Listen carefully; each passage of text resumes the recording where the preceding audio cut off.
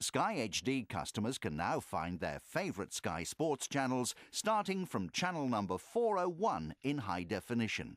Sky Channel 405, the new home of Sky Sports News HD.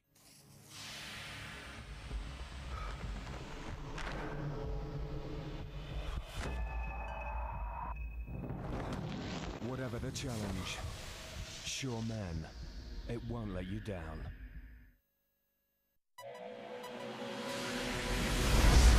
Arsene Wenger says Cesc Fabregas is the subject of a witch hunt after claims of referee abuse. Andy Carroll admits he's no nearer to finding a solution for his injury. And there's been more managerial change this morning as Sheffield Wednesday sack Alan Irvine.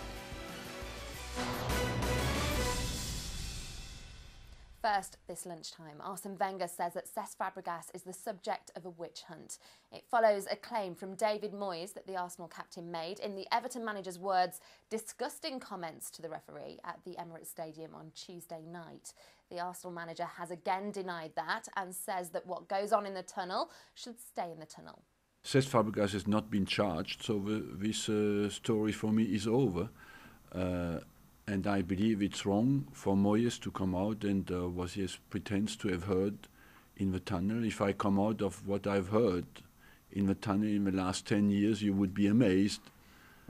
And so I think there's a rule in our job to say never to come out with what is said in the heat of the moment, and that usually is respected by everybody. The Arsenal manager also confirmed Lucas Fabianski is out for the season with his shoulder injury.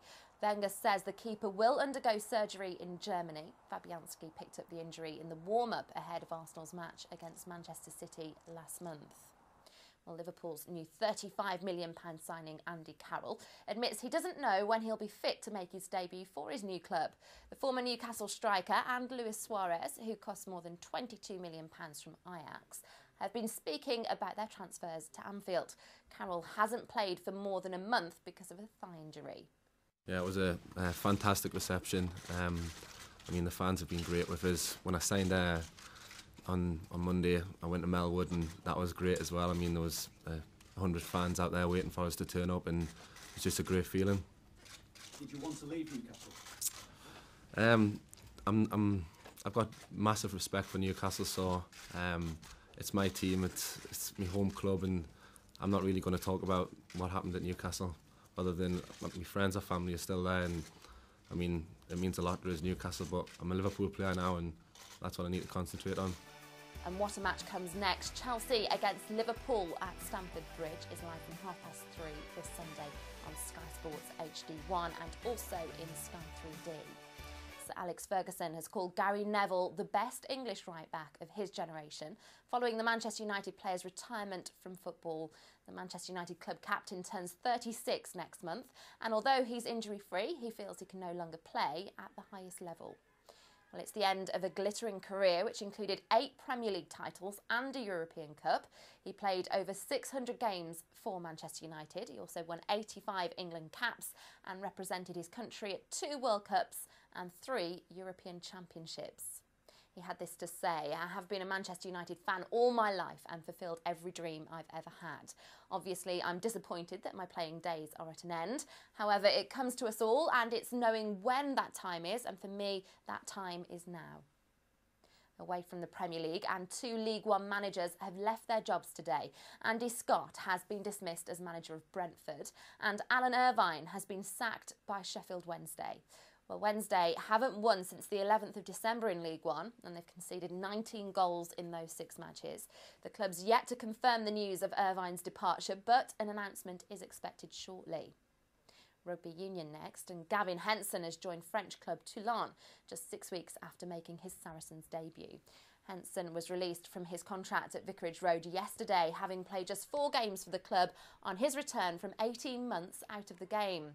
Toulon are in need of cover at fly-half because Felipe Conte-Pomi is injured and Johnny Wilkinson is with England's Six Nations squad.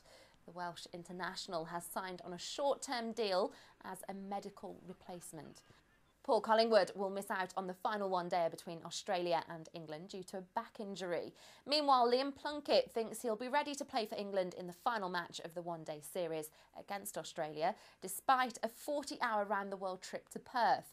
The fast bowler has been drafted in because of injuries to Ajmal Shahzad and Chris Tremlett. I was looking forward to playing the 4-day games. Just played a 2-day game.